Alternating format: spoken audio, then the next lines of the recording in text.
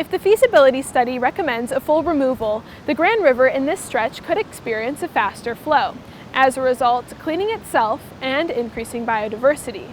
However, this faster flow brings safety into question for some community members. Thanks, Marvin and Aaron. After the grand opening of Michigan's first Raising Cane's location on Tuesday, the line stretched around this block.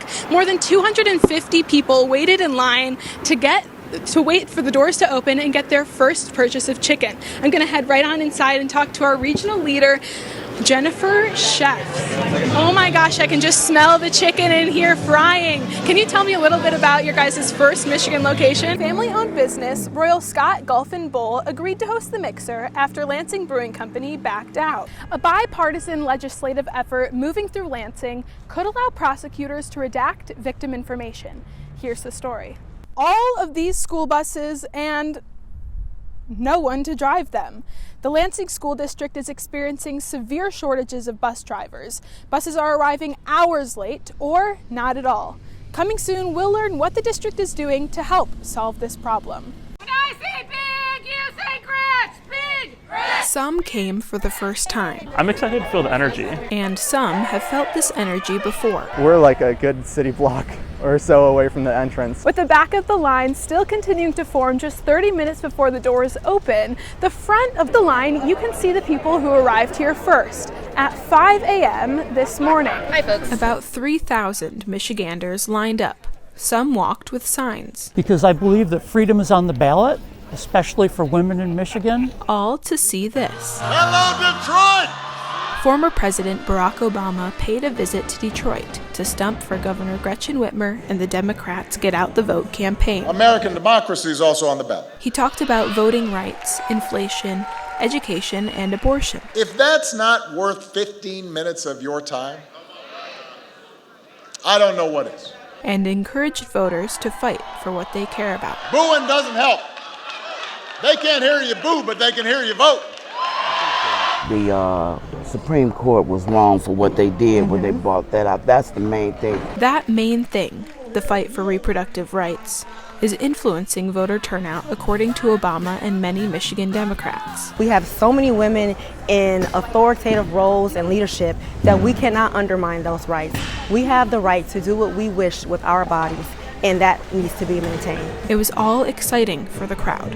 It was fantastic. Especially for the first person in line. Especially when Obama came out. He's the best. Yeah. He's the best. Yeah. He's the best. It's in the hands of voters to determine what happens next. Our democracy is on the line. This could be our last free and fair election. I'm not even so sure about this election. If President Obama can come to Detroit on a Saturday morning, I sure as heck can. In Detroit, Alex Hill, Focal Point News.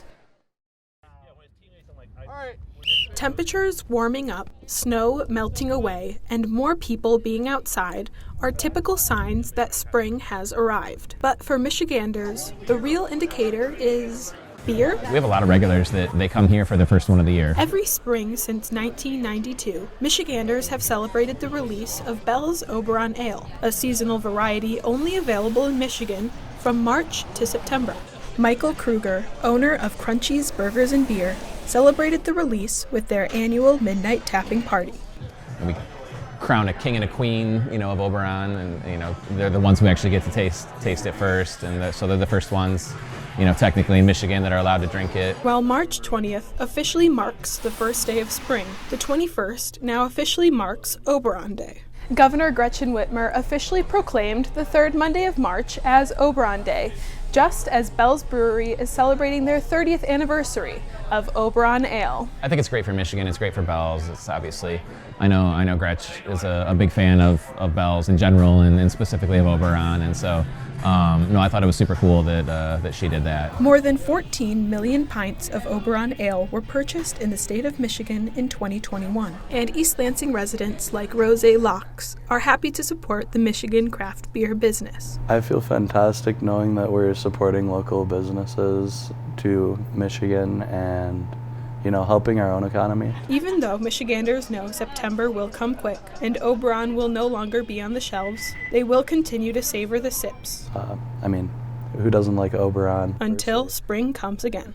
In East Lansing, Alex Hill, Focal Point News. A recent MSU grad and a current student have teamed with Michigan State's Burgess Institute. They're creating an app for artists and filmmakers and actors and more. Imagine, there are almost 9 million apps in the world, but Danielle Tice felt something was missing. And for me, it was a creative community. She thought there needed to be an app, sort of like a mini LinkedIn for creative people. Her business partner, John Hart, agreed. Being a filmmaker and an actor for the last 4 years of college, I've always struggled to be able to find actors who wanted to consistently work, as well as crew members who wanted to really get on projects and take them seriously. Now, how could she get these people together? Well, by inventing an app for that. She pitched the idea at a 36-hour pitch competition. We did end up placing first, so we were like, this idea has something, right? And won first place, $500. Michigan State's Burgess Institute took notice and now are funding Tice's new app called Fellow. I already have these ideas of, what our Fellow headquarters is going to look like and what kind of events we're going to do. After constructing a business model, being accepted into a pre-accelerator program with Burgess, and receiving more than $5,000 in funding, a Lansing-based IT company called DewPoint is taking on the development of the beta app. And if you're interested in making a cool album, if you're interested in making a horror movie, if you're interested in making a really big painting, there are people out there who will drop what they're doing to help you out. Danielle graduated last year, and John is a senior this year. I would say swamped is the right word to use. But John and Danielle know their idea is becoming a reality, and that idea alone is getting them through the busy days. After the app is launched and it's formed, I think we will see an exponential amount of growth. Don't be surprised to be able to tap on this icon very soon. In East Lansing, Alex Hill, Focal Point News.